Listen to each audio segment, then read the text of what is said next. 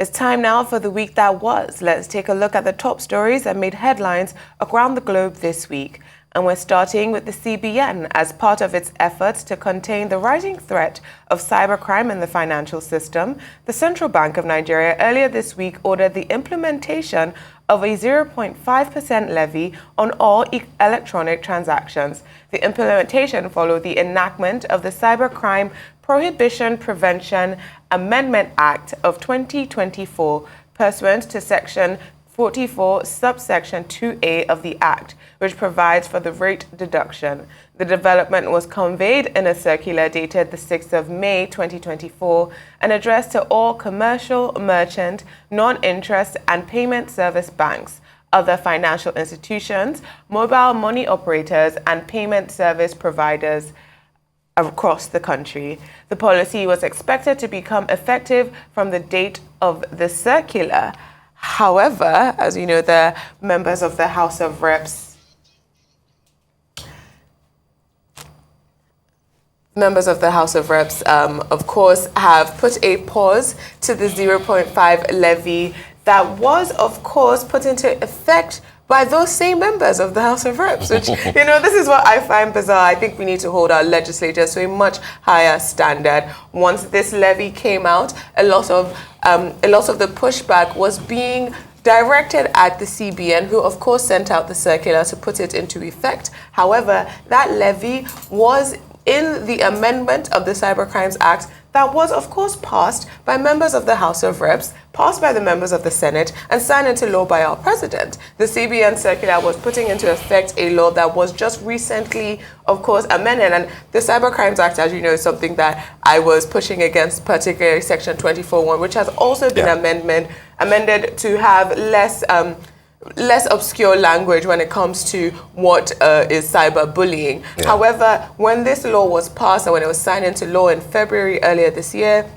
it was done so very quietly for a law that was very important. And I was wondering, why are they sneaking in here? Maybe it's this levy, of course. Now, I think this, earlier on in this program, a couple of weeks ago, we did have a legislator who came and said that he did not scrutinize a bill that he voted to pass. And I think this levy and the actions by the House of Reps, this knee-jerk reaction makes me feel like perhaps they also passed a legislation that they did not scrutinize, because why would you pass something just a couple of weeks ago and then a few weeks later say, oh no, let's pause this, come and explain this to us. I assume that is something that should happen earlier on before you sign something into law.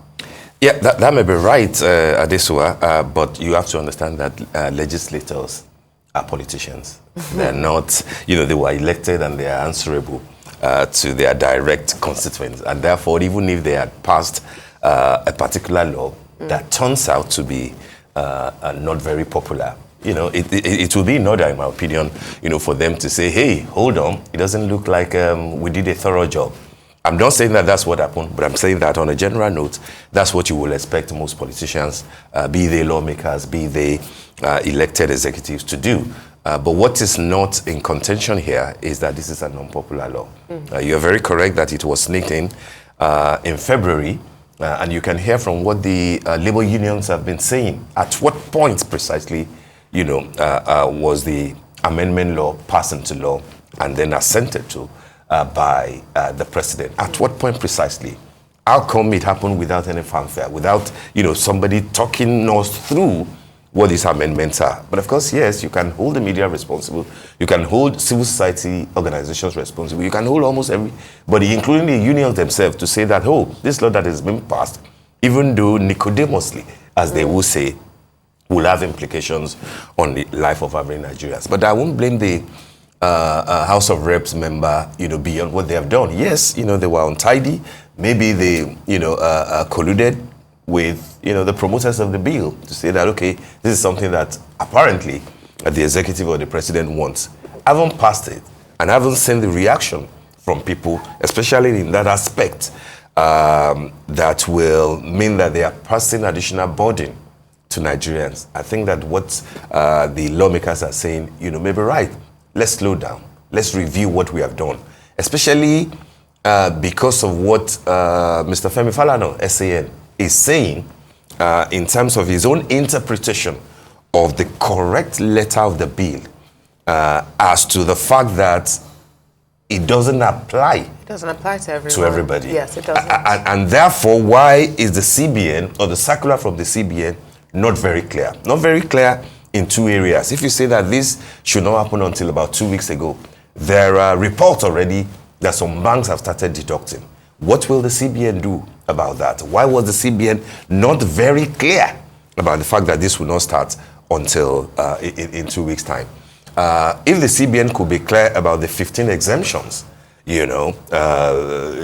statutory transfers, etc., on all the exemptions, why was the CBN not clear about the fact that this will not affect you and I? This will not affect certain little transactions by individuals. Because that's the whole point of the furore, that people are saying, no, this is yet another burden that will not stand. That's why the unions are saying that if you do not reverse this, we will have to go out on the street. I think that clarifications are needed from the CBN, from the lawmakers, and this is also something that the presidency, should also speak to, because at the end of the day, it's about who is responsible for this government. I hope that in the coming week, things will be a lot clearer. Whatever will start in another 2 weeks' time, let us know who those parts of the act will affect. If it is not you and I, maybe Labour will backtrack a bit. Maybe the lawmakers will now even be a lot more clearer in what they have passed, because they may not even be aware. They may not even know. They may not, have a thorough idea of the correct letter of what they passed. But hey, this is where we are in Nigeria at this point. Lawmakers not reading in detail, laws that they are passing, and passing on to Nigerians. I hope that they will do better. But of course, this has to end some clarity in the days coming. Definitely. All right, after a 2-week absence from the country, President Bola Tinubu this week returned to Abuja, where he was greeted by top government officials. Tinubu's diplomatic journey commenced with an official visit to the Netherlands on April 23rd. Following his engagement in the Netherlands, the president attended a special World Economic Forum meeting in Riyadh, Saudi Arabia, from April 28th to 29th. The forum themed global collaboration, growth, and energy for development, pulled leaders from various sectors to discuss global development strategies. However, after the conclusion of the summit on April 29th, President Tinubu's whereabouts remain undisclosed, with the presidency providing no information, while speculation arose regarding a potential private visit to Europe following his time in Saudi Arabia.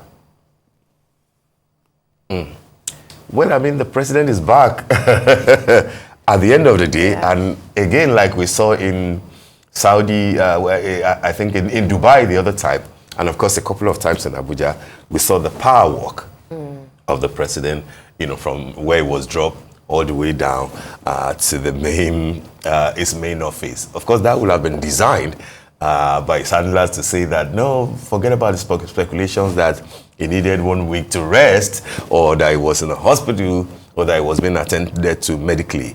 They're saying that, look at him walking majestically, that the president is back at his duty post. But the issues are very clear, Adesua.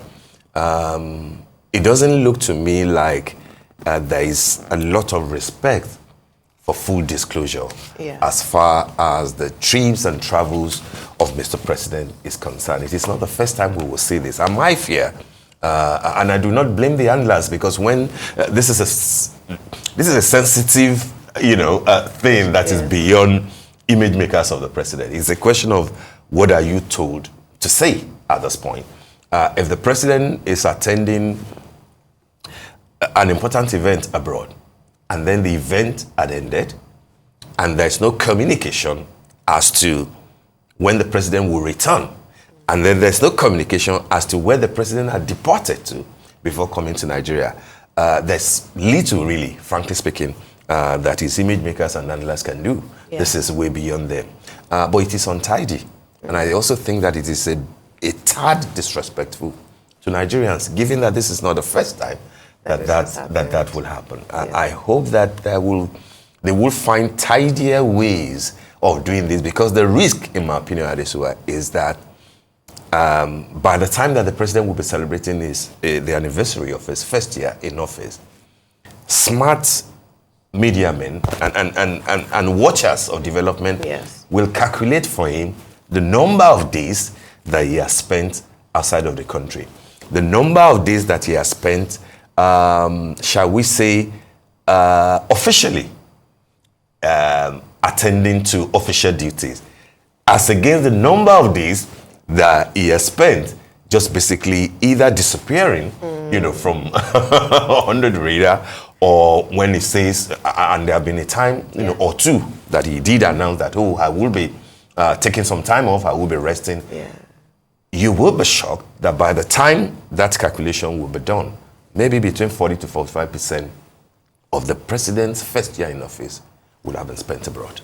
I want to say, you said it's a tad disrespectful. I think it's highly disrespectful. I think it's highly disrespectful. I consider the president an employee of the polity, an employee of the people. We hired you to do. He is an employee. He's answerable to the people. To do a job. You're answerable to us. I cannot go on leave without telling my boss. I don't believe. So I don't understand why or the take president, an extra 1 week. Yes. After an official engagement. And not even feel the need or the duty to communicate to the people of the country that you lead when you will be back. Yeah. Undisclosed time period of going away for a private visit, undisclosed location, undisclosed date of return. It is absolutely abhorrent. It is highly disrespectful to the people of Nigeria. You, as the president, have been employed by the people of Nigeria to do a job. You're not my royal father. You're not my baba. You are actually answerable to the people. He's the baba of the nation, by the way. You are but I understand your point. to the people. There is a posturing, but I think that respect that we accord as baba of the nation is not the same respect that you are according us as our president. You owe a duty of care. You owe a responsibility to the people. This is why they, of course, called him the tourist in chief. Prior to this, his friendly rival, Alhaji Atiku Abubakar, did call him the tourist in chief. And beyond this also, we did see that this trip came with a melee of issues of the presidential jet and the cancelled trip, and it does seem... We have no idea of how he flew to wherever he went to, and we have no idea of where he was for a whole week. It's not a campaign period. This is not politics anymore. It's leadership. You are the president. You must now actually you're beholden to the office, right? And you serve the people. Yeah. And I think that there is no sense actually from our president that he is in service to us. Yeah. That's like two whole weeks between April and May.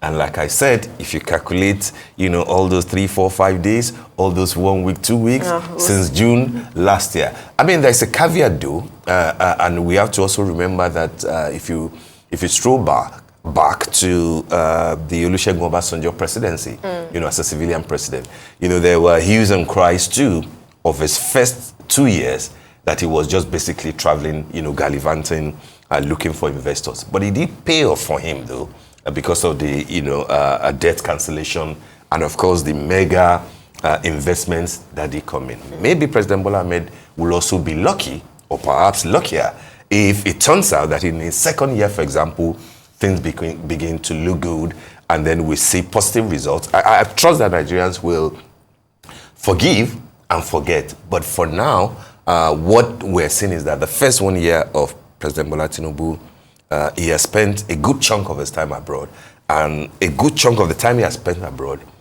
we really can't account for them as official time. That's the sad part of the story. That's the sad part. Well, let's move on to the next story, because the Nigerian Senate has approved the death penalty for anyone convicted of drug trafficking and other related offenses in the country. Senate Chief Whip Ali Ndume pushed for the legislation, which, as it turned out, polarized the senators. Arise correspondent Omar Bazwaye tells us more. The Senate do receive and consider the report of the Committees on Judiciary, Human Rights, Legal Matters, and Drugs and Narcotics. Senate has just received the report of its Committees on Judiciary and Narcotics on the NDLEA Act Amendment Bill 2024. and was in the process of scrutinizing the document clause by clause when the Chief Whip Ali Ndume stood up to propose an amendment to Clause 11, calling for death penalty for anyone who produces, grows, processes, and engages in the sales or trafficking of cocaine in Nigeria. This amendment is supposed to toughen the laws against drug trafficking or use. Therefore, Section 11 of the proposed bill, Section 11, distinguished colleagues, go to that, was the original submission, is supposed to be toughened in order to discourage the... So, I am surprised that the committee is recommending a softer punishment. It was a life imprisonment. In fact, we should change it to death sentence. This is practiced everywhere in this country that are serious about dealing with drugs. Senator Peter Onyenkachi from Ebonyi State seconds Ndume's hard stance, saying Nigeria should be prepared to apply the death penalty to send out the right message to drug traffickers in the country. If we want to eradicate drug trafficking in Nigeria, the only way to do that is to nip it from the board and to make it a capital offense. Twice, the Deputy Senate President, Jubri Barrow, puts the motion to a voice vote, with those in support prevailing.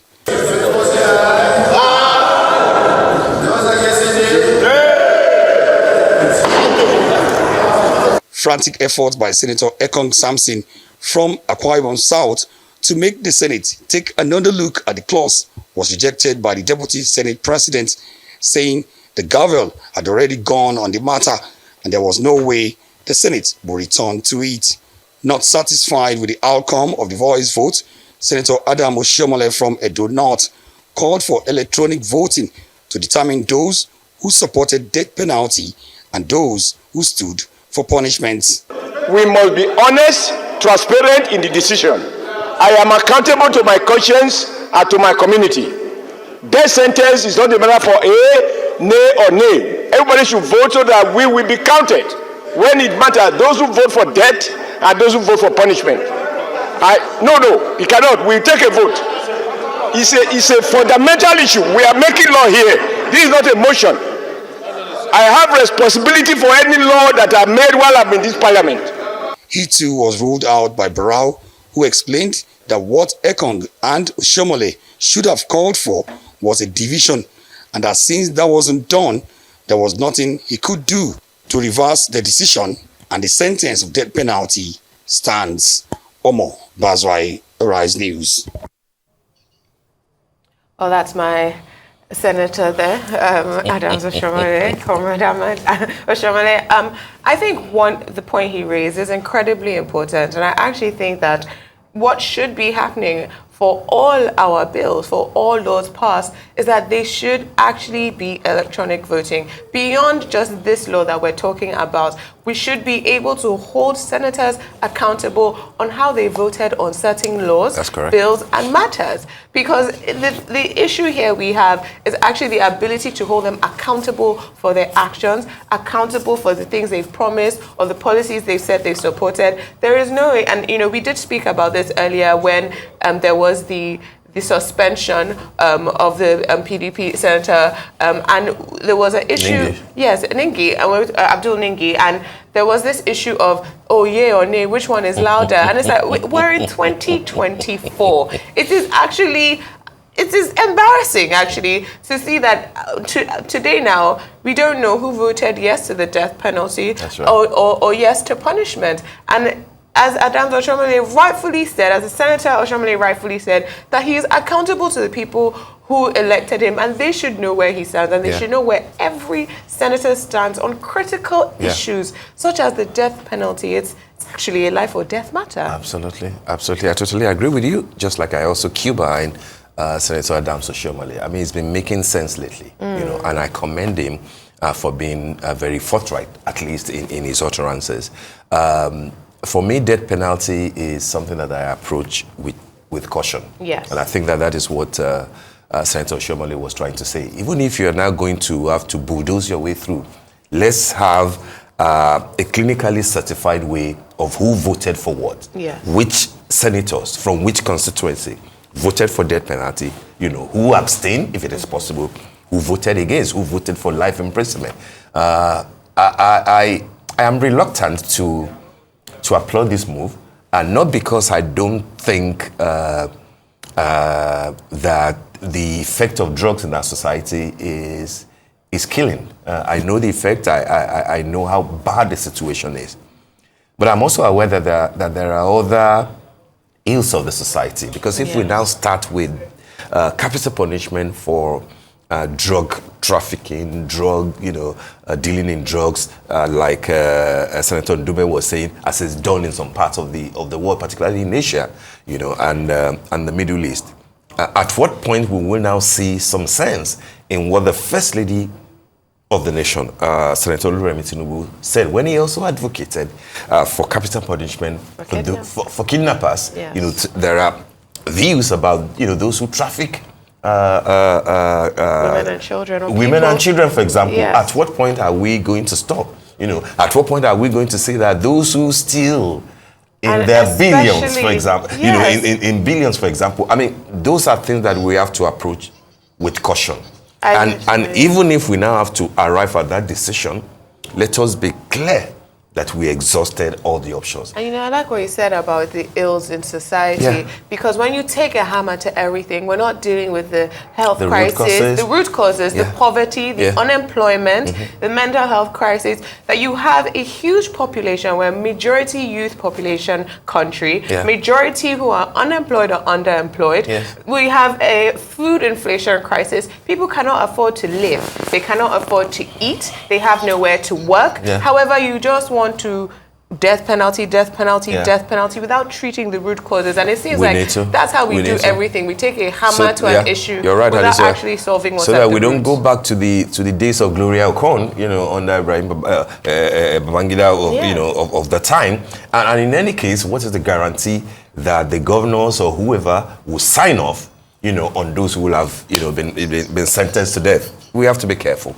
All right, we move on to Nairobi, Kenya, where the chairman and editor-in-chief of This Day and Arise Media Group, Prince Nduka Obagbina, is calling on African media leaders to tackle poverty and change the world through the media.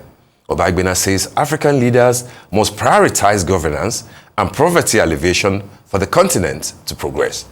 He made the appeal while speaking at All Africa Media Leaders Summit. The time to engage our leaders in good governance is now.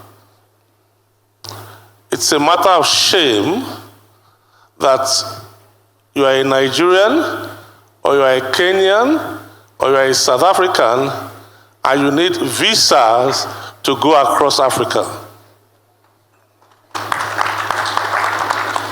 Whilst in Europe, they cross borders without action. So if we cannot fix the visa regime within our countries, in our continent, how can we trade with ourselves? So the first barrier that has to come down is the visa barrier between Africa, for there to be meaningful trade between Africa. That's number one. Number two, we have to build proper governance in Africa and encourage democracy across Africa. To that extent, we should salute the change coming from Senegal, where democracy is thriving. And we urge all the sit-tight leaders around Africa, it's time to retire. We need to build a new continent and make poverty an issue to be tackled. If we don't tackle poverty, we will not be able to build the governance structures we need to propel Africa. And we cannot really be expecting the world to fix our poverty problem. Our poverty problem has to come from home. It's a matter of shame that African leaders will take themselves, 21, 30, 40, or 50 of them, to go and sit with a prime minister in India, or a prime minister in Italy, or a president of China. It's a shame. Do the leaders of China, Egypt, Europe, come to sit with one African leader? Our leaders must fix Africa and give us the dignity that we deserve. Having said that, the media is a cornerstone for change, and gradually we'll use the media to improve governance and change Africa. Strong, brilliant words there from the chairman of Arise and These Day Media Group, Prince Nduka Bagbina, all the way from Kenya, Nairobi, where the All Africa Media Leaders Summit, is holding. And I think that he deserves commendation for his submissions. Very strong, very brilliant, very punchy. Media, he says, is the cornerstone for change in Africa, and that the solutions to our problems must come from the continent. I think that he must be applauded for that. And he has strong words too for sit-tight African leaders using Senegal. Senegal as an example of the type of change that the continent, requires. And of course, what has just happened lately, in Senegal, where the young president, is saying that, no, I don't want anybody lining up, all the VP, the prime minister, all the ministers lining up to welcome me, to see me off, to welcome me back. No, let's have a change. And I think that, yes, this is the type of a message that Africa needs to hear. Definitely. And of course, we must also acknowledge that it was at this event, I believe, that Bosun Obofai, our own Bosun Obofai, won an important award. And he also did give a brilliant speech acknowledging the platform that Arise News, provides, and the fact that this is one of the strongest voices when it comes to business reporting in Africa. Definitely. Congratulations to Bosun Obofai. Congratulations to Bosun Obofai. And also a huge, I love the speech by our chairman, President Duka. No, I generally, because I think it's important that we do talk about the dignity of an African. And if we're talking about media and we're talking about homegrown solutions, we need free access within ourselves. We need free movement of people and trade and ideas. And what he said about, multiple presidents traveling together to go and sit down and meet one foreign president, it speaks to, it's undignified. It is undignified. And so what he's saying also, in Senegal, we're seeing a signal of a younger African who is self-aware, who is, just in terms of dignity and confidence and surety of self. And we don't need solutions to our poverty from the West or the East, who can't even figure themselves out. We need to figure ourselves out. And we can only do that if we have free movement of ideas and media and people. So I just hats off to our chairman, and also a congratulations again. Absolutely, absolutely. And just one more word. I like the fact that what he said happened at a media event. That is happening in Africa. This month is an important month for the global media. The IPI, International Press Institute, World Media Congress is happening in Sarajevo later this month. And of course, the World Editors Forum is also happening in Copenhagen, in Denmark, also later this month. But those are well publicized. I applaud, therefore, the fact that where African media leaders are speaking, it's not necessarily at IPI or at WEF, but at African Media Leaders Conference. Definitely. I think it is important. And one more word would be that it is also important to promote such things so that quality, and quantitative attendance, will follow this sort of a thing, so that we are not just going to Europe, going to Asia to go and talk to ourselves, when we have platforms in Africa where the media can converge and speak to power. Nice one there, Prince Nduka Obagbina. And that will be all on the week that was. But before we move on, let's bring you up to date with some of the stories making the rounds. And we'll start with the US-based Space Weather Prediction Center says there is an ongoing extreme geomagnetic storm reaching a level 5 out of 5 severity. Signs of a severe geomagnetic storm or level 4 were first observed by scientists at the center at 12:37 p.m. Eastern Time when a major disturbance was detected in Earth's magnetic field. The last time a solar storm of this magnitude reached Earth was in October 2003, resulting in power outages in Sweden and damaged power transformers in South Africa, according to the center. The ongoing storm is likely to continue through the weekend, the Space Weather Prediction Center added.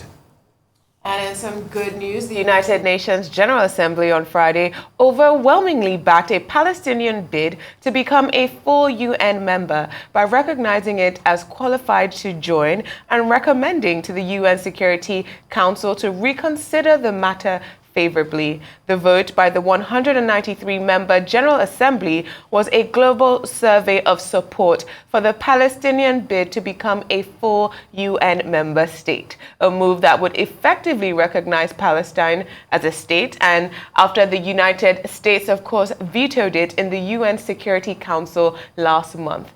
Among 8 others, Hungary voted against, Canada abstained with 24 other countries, and China voted in favor of the resolution with a resounding support of 142 countries. The Palestinian push for full UN membership comes 7 months into a war between Israel and Palestinian militant Hamas in the Gaza Strip. And the Duke and Duchess of Sussex, Prince Harry and his wife Meghan Markle, are in Nigeria on a 3-day private visit. It's their first trip to Nigeria as a couple. The Sussexes are being hosted by General Christopher Musa, Nigeria's Chief of Defense Staff.